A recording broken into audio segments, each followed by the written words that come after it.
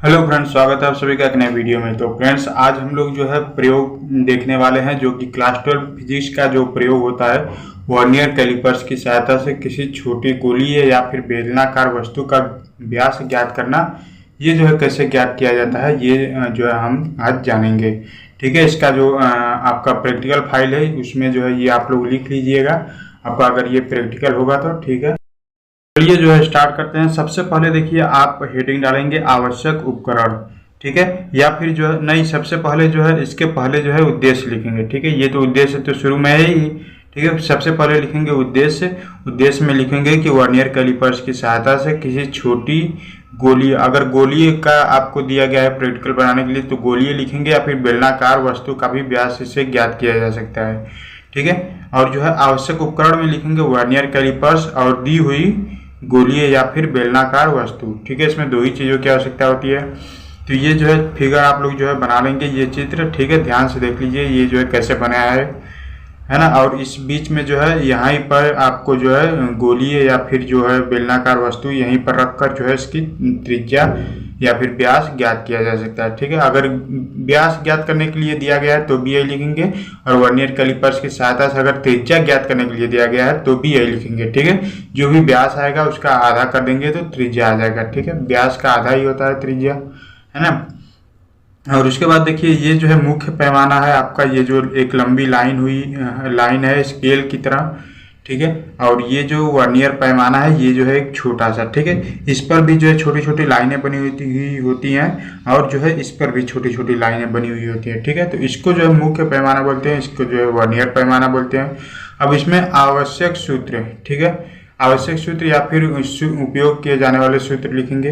तो इसका सूत्र क्या होता है कि वर्नियर का अल्पतमांक बराबर मुख्य पैमाना का मान। ठीक है, यहाँ पर लिख लीजिएगा कि मुख्य पैमाना का मान बटे वर्नियर पैमाने के कुल खानों की संख्या। ठीक है, वर्नियर मुख्य पैमाना का जो है मुख्य पैमाना का मान, और जो नीचे हो जाएगा आपका वर्नियर पैमाने के कुल खानों की संख्या। इसके बाद जो है वस्तु का व्यास बराबर मुख्य पैमाने का पाठ प्लस वर्नियर का सीधा वाला खाना गुणे अल्पतमांक। ठीक है, उसके बाद जो तीसरा सूत्र यूज होगा उसमें उसको जो है त्रुटि निकालने के लिए यूज किया जाता है। तो त्रुटि भी कैसे निकालेंगे कि शुद्ध लंबाई बराबर, ठीक है, यदि यंत्र में शून्यांक त्रुटि है तो शुद्ध लंबाई बराबर प्रेक्षित लंबाई माइनस चिन्ह सहित शून्यांक त्रुटि। ठीक है, उसके बाद जो है प्रेक्षण लिखेंगे। प्रेक्षण में देखिए लिखेंगे कि ऑब्जर्वेशन। ठीक है, प्रेक्षण को ऑब्जर्वेशन भी बोलते हैं इंग्लिश में, है ना।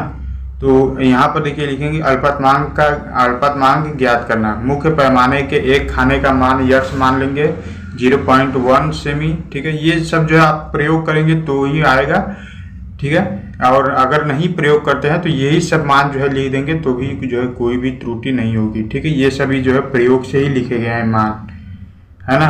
तो वर्नियर पैमाने पर अंकित कुल खानों की संख्या n बराबर जो है 10 हो गया, और अल्पतमांक बराबर क्या आता है आपका सूत्र यक्स बटे n। ठीक है, यानी कि मुख्य पैमाने के एक खाने का मान और वर्नियर पैमाने के अंकित कुल खानों की संख्या। ठीक है, यहाँ पर देखिए हमने बताया ना, यहाँ पर जो है ये जो फार्मूला है यहाँ पर लिख लीजिएगा कि मुख्य पैमाने के, यहाँ पर देखिए क्या लिखा हुआ है, मुख्य पैमाने के एक खाने का मान। ठीक है, यहाँ पर लिखेंगे मुख्य पैमाने के एक खाने का मान। मैंने शायद मुख्य पैमाने का मान बोल दिया था। ठीक है, लेकिन यहाँ पर रहेगा कि मुख्य पैमाने के एक खाने का मान बटे वर्नियर पैमाने के कुल खानों की संख्या। ठीक है, तो यहाँ पर देखिए अल्पतमांक जो है इस सूत्र से निकाल लेंगे, आपका आएगा 0.01 सेमी। फिर उसके बाद जो शून्यांक त्रुटि निकालेंगे। शून्यांक त्रुटि ज्ञात करना, दोनों जबड़ों को मिलाने पर वर्नियर पैमाने का शून्य मुख्य पैमाने के शून्य से दाईं ओर है, अतः शून्यांक त्रुटि धनात्मक हुई। ठीक है, शून्यांक त्रुटि या तो धनात्मक होती है या तो ऋणात्मक होती है। अब इसमें जो है कॉलम बनाएंगे, पहले जो है क्रम संख्या लिखेंगे। ठीक है, शून्यांक त्रुटि के लिए सारणी क्रम संख्या, फिर जो मुख्य पैमाने का पाठ, फिर जो है वर्नियर पैमाने का पाठ। वर्नियर पैमाने के पाठ में जो है 2 कॉलम बनाएंगे, सीधा वाला खाना, फिर जो है मान बराबर क्या हो जाएगा खाने गुणे अल्पतमांक। ठीक है, जितना खाना होगा वो खाना का मान और जो है अल्पतमांक।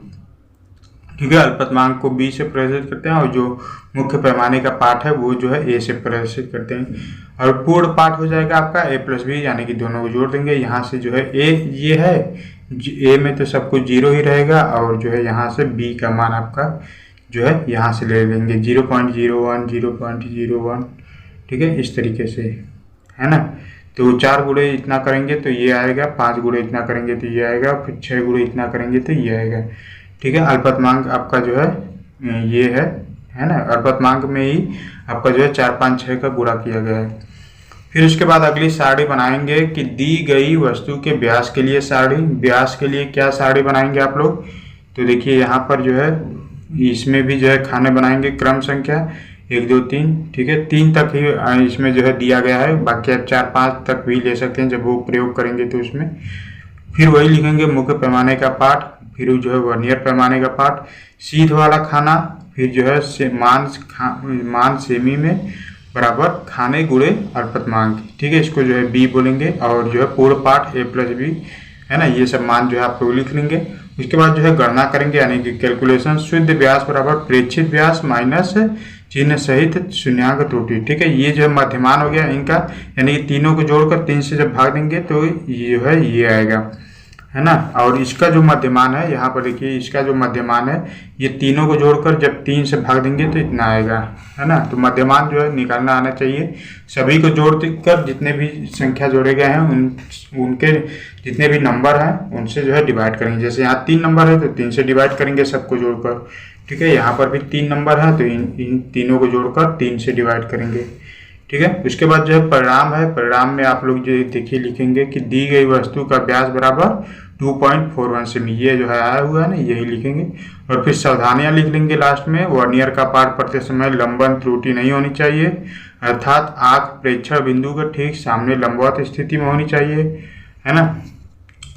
उसके बाद जो है दूसरा लिखेंगे सावधानियां में कि वस्तु को भिन्न भिन्न स्थानों पर वर्नियर में कसकर कई प्रेक्षण लेने चाहिए, ठीक है। फिर जो है संभावित त्रुटियां लिखेंगे कि वर्नियर कैलिपर्स के पैमाने पर चिन्ह जिस ताप पर लगे उससे भिन्न तापों पर चिन्ह के बीच की दूरी बदल जाएगी, अतः प्रेक्षण शुद्ध नहीं होंगे। यह अगला लिखेंगे कि यह संभव है कि जबड़े मुख्य पैमाने के ठीक लंबवत न लगे हों, है ना। फिर जो है नेक्स्ट लिखेंगे कि यदि वर्नियर का कोई भी भाग मुख्य पैमाने के किसी भाग से न मिल रहा हो तो पाठ में कुछ त्रुटि रह जाएगी, ठीक है।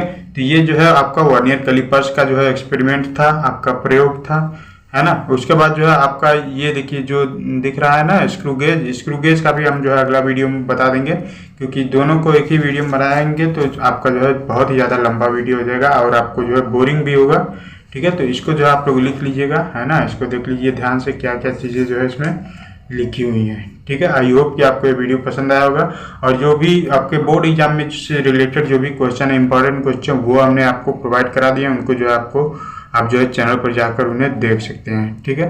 तो चलिए मिलते हैं नेक्स्ट वीडियो में।